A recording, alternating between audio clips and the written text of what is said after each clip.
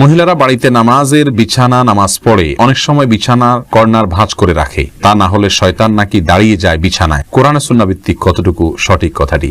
খালি গায়ে উযু করার বিধান কতটুকু আর উযু সঠিক হয় কিনা জানাবেন। স্ত্রী জাহান্নামে গেলে স্বামীও কি জাহান্নামে যাবেন? সুন্নাত সালাত আদায় না করলে গুনাহ হবে কিনা? টি শার্ট পরে কি নামাজ পড়া যাবে? বাজারে ড্রেসিং করা মুরগি খাওয়া যাবে কিনা? নামাজে ঠোঁট বন্ধ রেখে সম্পূর্ণ মনে মনে সূরা কেরাত পড়লে নামাজ হবে কিনা? ছোট বাচ্চারা বিছানায় পেশাব করলে তা শুকিয়ে গেলেও কি বিছানা অপবিত্র থাকবে? কোরআন শরীফ তেলাওয়াত করার সময় দুই পা গুটিয়ে বসে তেলাওয়াত করতে পারবো কিনা? বাড়িতে ফরজ নামাজ পড়লে একামত দিতে হবে কি? ছেলেরা যদি জামাতে ফরজ নামাজ আদায় না করে তাহলে নামাজ হবে কি? জান্নাত জাহান আপনি প্রশ্ন করেছেন, কোরআন শরীফ তেলাওয়াত করার সময় দুই পা গুটিয়ে বসে তেলাওয়াত করতে পারবো কিনা? পারবেন, কোনো অসুবিধা নেই। কোরআন শরীফ তেলাওয়াত করার সময় আপনাকে দোজানো হয়ে মাটি সালাতের সময় যেভাবে বসেন সেভাবে বসতে হবে এমন কোনো শর্ত নাই। আপনি ইচ্ছা করলে আসন দিয়ে বসতে পারেন বা অন্য কোনো ভাবেও বসতে পারেন, অসুবিধা নাই। কোরআনের প্রতি অসম্মান প্রদর্শন না হয় এরকম কিছু হলেই চলবে ইচ্ছাকৃতভাবে, কিন্তু আপনি আরাম করে বসাতে কোনো সমস্যা নাই, কোরআন থেকে কোথাও নিষেধ করা হয়নি। বাড়িতে ফরজ নামাজ পড়লে একামত দিতে হবে কি? হ্যাঁ ভাই, যদি আপনি একাকী ফরজ সালাত আদায় করেন, অন্য কেউ জামাতে শরীক হতে পারবে সে সম্ভাবনা থেকে আপনাকে জোরে জোরে একামত দিয়ে তারপরে সালাত আদায় করা উচিত। কোন একটি বর্ণনা দ্বারা বোঝা যায়, হাদিসে কুদসিতে আসছে, একজন ব্যক্তি কোনো এক জায়গায় রাখাল, তিনি একাকী দাঁড়িয়ে আজান দিচ্ছেন এবং একামত দিয়ে সালাত আদায় করছেন। তার আশা যদি কেউ শরীক হয় তার সাথে, যদিও কেউ সেখানে দেখছেন না আপাতত তাকে, তারপরও তিনি করেছেন, এ ব্যক্তির জন্য বিশেষ ফজিলতের কথা রয়েছে হাদিসে কুদসিতে। যার কারণে আমরা বলি, বাসায়ও যদি আপনি একাকী সালাত আদায় করেন, কোনো কারণে জামাত চলে গেলে মসজিদে আপনি একামত দিয়ে নেবেন এবং এমনভাবে পড়বেন যাতে কেউ আপনার সাথে সম্ভব হলে শামিল হতে পারে। এরপরের প্রশ্নে চলে যাচ্ছে, মোহাম্মদ ওমর ফারুক প্রশ্ন করেছেন, ছেলেরা যদি জামাতে ফরজ নামাজ আদায় না করে তাহলে নামাজ হবে কি? নামাজ হয়ে যাবে। একটা হাদিস এক্ষেত্রে আসে, লা সালাতা লিজারিল মাসজিদি ইল্লা ফিল মাসজিদি, যে ব্যক্তি মসজিদের প্রতিবেশী তার সালাত মসজিদে ছাড়া হবে না। এই হাদিসটির সনদ বিশুদ্ধভাবে প্রমাণিত নয়, হাদিসের সনদের ভিতরে দুর্বলতা রয়েছে, আর সেই কারণে এই হাদিসের সনদের দিকে তাকায় আমরা তার সালাত হবে না সেটা বলবো না।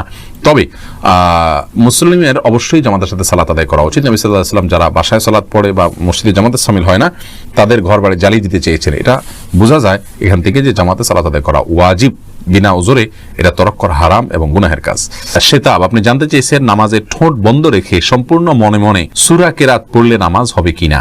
ভাই খালেদ, নামাজে যদি আপনি ঠোঁট বন্ধ রেখে মনে মনে সূরা কেরাত পড়েন তাহলে আপনার সালাত হবে না। কারণ ইসলাম শরিয়াতে যে সমস্ত জায়গায় আমাদেরকে পাঠ করতে নির্দেশ করা হয়েছে, বলতে নির্দেশ করা হয়েছে, সেখানে আমাদেরকে ঠোঁট এবং জিহ্বার উচ্চারণ করে বলতে হবে। ঠোঁটের যদি ব্যবহার না হয়, জিহ্বার যদি ব্যবহার না হয়, তাহলে সেটাকে বলা হয় না, ওইটাকে বলা হয় মনে মনে কল্পনা জল্পনা করা। আপনাকে বলতে বলা হয়েছে, সূরা পড়তে বলা হয়েছে, আর এই পড়াটা হবে মুখ এবং ঠোঁট নড়লে। যদি না পড়েন তাহলে, না নড়ে তাহলে সেক্ষেত্রে পড়াটা হয়নি। বিধায় মনে মনে যদি আপনি কেরাত পড়েন, সূরা পড়েন, তাহলে সেক্ষেত্রে এটা জায়েজ হবে না। রানা সিদ্দিক জানতে চেয়েছেন, বাজারে ড্রেসিং করা মুরগি খাওয়া যাবে কিনা? ভাই রানা, বাজারে ড্রেসিং করা মুরগি খাওয়া যাবে, তবে না খাইলে ভালো, ঝামেলা মুক্ত। অনেক ওলামা ইকরাম নিষেধ করেন, এই জন্য তারা বলেন যে পানিতে চুবানো হয় ড্রেসিং করার জন্য, সেই পানিটাতে যখন চুবানো হয় নাড়ি বুড়ি যদি ভিতরে থাকে, তাহলে সিদ্ধ গরম পানিতে ওটা চুবানো হলে ওই নাপাক যেগুলো নাড়ি বুড়িতে আছে, পায়খানা ইত্যাদি, সেগুলো গোশতের সাথে মিশে যেতে পারে, এই জন্য নিষেধ করেন। আসলে এত অল্প সময়ের জন্য যে চুবানো হয়, কয়েক সেকেন্ডের জন্য, এত অল্প সময়ের মধ্যে ওই নাপাকই এটা গোশত পর্যন্ত পৌঁছায় না, যার কারণে গোশতের মধ্যে কোনো দুর্গন্ধ আমরা দেখি না, স্বাদটাও নাপাকের আসে না, কোনো আলামতও আসে না, যার কারণে এটাকে আমরা হারাম মনে করি না। তারপরেও যেহেতু আমাদের ইখতিলাফ আছে, মতপার্থক্য আছে, যদি এটা অ্যাভয়েড করা যায়, বিকল্প পন্থায় করা যায়, সেটা বেশি ভালো। অর্থাৎ নাড়িবুড়ি ফেলে দিয়ে তারপরে ফ্রেশ পানিতে চুবাই ড্রেসিং করলেন, তাহলে কোনো সমস্যা নেই। টি শার্ট পরে কি নামাজ পড়া যাবে? ভাই শাহিন, টি শার্ট পরে আপনি সালাত আদায় করতে পারেন, তো মনে রাখবেন সালাত আদায়ের ক্ষেত্রে মৌলিক নির্দেশনা আল্লাহ সুবহানাহু ওয়া তাআলা বলেছেন, ইয়া আইয়ুহাল্লাযীনা আমানু খুযু যিনাতাকুম ইনদা কুল্লি মাসজিদ, হে ঈমানদাররা, প্রত্যেক সালাতের সময় তোমরা সুন্দর ভাবে সালাত আদায় করবে, সুন্দর পোশাক পরবে বা সুন্দর পোশাক পরবে। তো এই জন্য এমন কোনো পোশাক পরা উচিত নয় সালাতের সময় যে পোশাক পরে আপনি সম্ভ্রান্ত কোনো জায়গায় যাবেন না, মান্যগণ্য কোনো ব্যক্তির কাছে যাবেন না, সেরকম কোনো পোশাক পরা উচিত নয়। অতএব আপনি চেষ্টা করবেন যে পোশাক পড়লে আপনাকে খারাপ দেখা না যায়, দৃষ্টিকটু দেখা না যায়, ভিন্ন ব্যতিক্রম মনে না হয়, এবং আপনি এটা পরে ভালো কোনো জায়গায় যেতে ইতস্ত বোধ করেন না, সেরকম পোশাক পরে সালাত আদায় করবেন। নাবিল শাহরিয়ার জানতে চেয়েছেন, স্ত্রী জাহান্নামে গেলে স্বামীও কি জাহান্নামে যাবে? না ভাই নাবিল, এটা কোনো জরুরি না যে স্ত্রী জাহান্নামে গেলে স্বামীও জাহান্নামে যাবে। লূত আলাইহিস সালাতু ওয়াস সালামের স্ত্রী জাহান্নামে যাবে, কিন্তু তাই লূত আলাইহিস সালাম তো জাহান্নামে যাবেন না।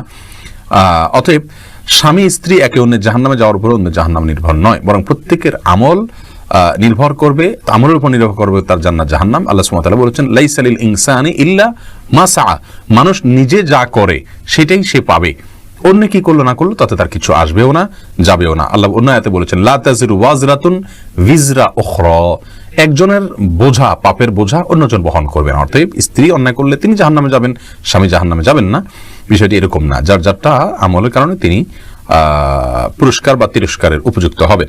এরপরে রাকিব কাজী সালেহ আপনি জানতে চেয়েছেন খালি গায়ে ওযু করার বিধান কতটুকু আর ওযু সঠিক হয় কিনা জানাবেন। ভাই রাকিব, ওযুর ক্ষেত্রে শরীয়তে খালি গা বা জামা কাপড় পরা কোনোটি নির্দেশ করেনি। অতএব ওযুর ক্ষেত্রে আমরা খালি গায়ে যদি থাকি তাহলে কোনো প্রকার অসুবিধা নেই। ওযুর ক্ষেত্রে আপনি খালি গায়ে ওযু করতে পারবেন, কোনো সমস্যা নেই ইনশাআল্লাহ। না হাফেজ, আপনি জানতে চেয়েছেন ছোট বাচ্চারা বিছানায় পেশাব করলে তা শুকিয়ে গেলেও কি বিছানা অপবিত্র থাকবে? ছোট বাচ্চারা যদি বিছানায় পেশাব করে, এক্ষেত্রে মনে রাখতে হবে ছেলে বাচ্চা যদি হয় তাদের পেশাবের ক্ষেত্রে কিছুটা ছাড় রয়েছে। ছেলে বাচ্চা যদি হয় আর সে যদি মায়ের দুধের উপরে সম্পূর্ণ নির্ভরশীল থাকে এবং তার মধ্যে যদি অন্য কোনো কিছু যদি সে না খায়, বাহিরের কোনো কিছু খাদ্য হিসাবে সে গ্রহণ না করে, তাহলে সেক্ষেত্রে এই বাচ্চার পেশাবের উপরে শুধুমাত্র পানি ছেটা দিয়ে দিলে সেটা পাক হয়ে যাবে। আর যদি মেয়ে বাচ্চা হয় তাহলে সেক্ষেত্রে পরিপূর্ণভাবে ধুইতে হবে। এটা হাদিস দ্বারা এই ব্যবধান এবং পার্থক্যটা সুস্পষ্টভাবে প্রমাণিত।